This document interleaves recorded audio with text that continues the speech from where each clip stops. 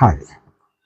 ඊළඟට අපිට කියනවා ළමයි VCC 12යි. ඒ කියන්නේ මෙතන විදුලි සැපයුම 12යි වෝල්ට්.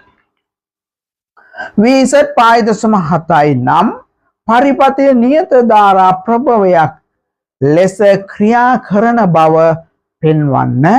සිලිකන් දියෝඩය හරහා ඉදිරි නැඹුරු වෝල්ටීයතාව 0.7යි. ඉතින් ළමයි මෙතන මේක නියත වෝල්ටිය හරි. හරි නියත ධාරා ප්‍රභවයක් මේක නියත ධාරාවක් යනවා කියලා තමයි අපිට පෙන්වන්න කියලා තියෙන්නේ. ඉතින් ළමයි මේකේ නියත ධාරාවක් යනවා කියලා පෙන්වන්නේ මෙන්න මෙහෙමයි. මේ බලන්න හොඳට බලන්න. මේ VZ නියතාගයක්. මේක වෙනස් වෙන්නේ නැහැ සෙනර් ඩයෝඩ් නිසා. එතකොට ළමයි VE කියන එකත් නියතාගයක්. RE නියතාගයක්. එම නිසා IE නියත වේ. IE නියත නිසා ID නියත වේ. ඔන්න ඔහොම තමයි ළමයි ලියන්න ඕනේ. මම දැක්ක ළමයි ලස්සනට එහෙම ලියලා තිබුණා. හරිද? මම මේ ප්‍රශ්නේ ළමයි අපේ ඉස්කෝලේ ළමයින්ට ඊළඟට අපේ මේට කලින් ගිය අවුරුද්ද ලියපු ළමයින්ට හරිද? ඒගොල්ලන්ටත් දුන්නා. ඒගොල්ලෝ ඔක්කොම ලියලා තුනේ එහෙමයි. ඉතින් පේපර් මාකින් වල ළමයි ලියලා තියෙන්නේ එහෙමයි. නමුත් මේකේ ළමයි මෙන්න බලන්න ලකුණු දෙන්නේ කොහොමද කියලා. හොඳේ? ඔන්න බලන්න. ළමයි මේකේ මෙන්න මේ බලන්න ඒගොල්ලෝ හොයන්න ඕනේ ළමයි මෙන්න මේ වෝල්ට් 6.3යි කියලා හොයන්න ඕනේ මෙන්න මෙතන අගය. ඒ කියන්නේ ළමයි මේ වෝල්ට් 12යි හරිද? මේ 12න් 0.7 අඩු කරලා එන ගාන මෙතන ලියන්න ඕනේ කියලා හිතන්නකෝ. දැන් ඒව ලියන්න කියලා මේගොල්ලෝ කියන්නේ.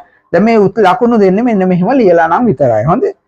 හරිද? එතකොට ඔහොම ලියන්න ඕනේ. මෙතන ළමයි ඉතින් 5.7යිනේ. එතකොට මෙතන වෝල්ටේජ් එක කීයද? 5යි. හොඳේ? 5යි වෝල්ට්. එතකොට ළමයි මේ දෙක අඩු කරාම කීයද?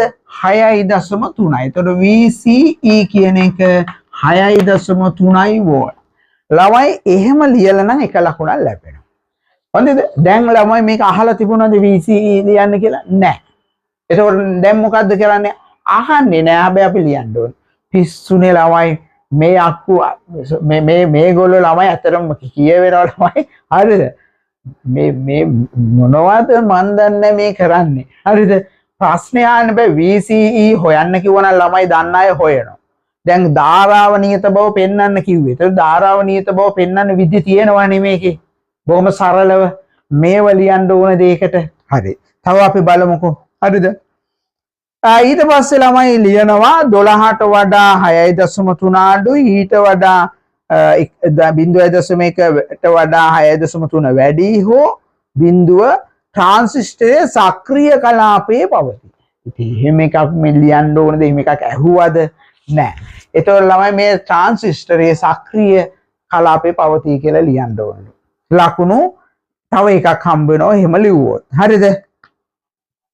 එබැවින් පරිපථයේ නියත ධාරා ප්‍රභවයල ළමයි මේ සක්‍රීය කලාපයේ පවතිනවා නිසා මේ නියත ධාරා ප්‍රභවයක් වෙන්නේ නැහැ ලෝකෙ කොහෙවත් ට්‍රාන්සිස්ටරයක්. ඉතින් මේ මිනිස්සු ඇත්තටම දන්නේ නැහැ මේ ප්‍රශ්නේ ඇටියට තේරෙන්නේ නිකන් ඉලෙක්ට්‍රොනික දන්නේ නැති බොල් මිනිස්සු.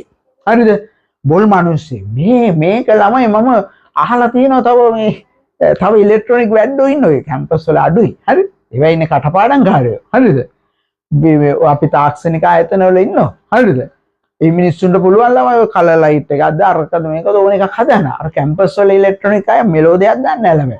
බල්බ් එක නිවෙනපත් වෙනවා හදාගන්න දන්නේ නැහැ. හරි? හොඳද? ඉතින් එහෙම අය තමයි මේ ප්‍රශ්න හදන්නේ. දැන් බලන්න කොච්චර වැරදිද මේ ප්‍රශ්නේ. අන්තිමට ලකුණු දෙන්නේ මෙන්න මොනවද? මෙන්න මේ විකාර ලිව්වොත් ලකුණු දෙනවා. හරියට උත්තරේ ලියපු කෙනාට ලකුණු නැහැ. හරිද? ඉතින් මේව හොයලා බලන්න ඕන ළමයි මේ රට හදන්න නම් මේ ජනාධිපතිතුමා අධ්‍යාපන ඇමතිතුමිය වෙන විකාර නොකර මේවා ගැන අවධානය කරලා යොමු කරලා මේව බාර දෙන්නේ එක්වර කාර්මික ආයතන වලට. එතකොට මේ මිනිස්සු මේ රටේ නිෂ්පාදනයට දායක වන පිරිසක් බිහි කරා.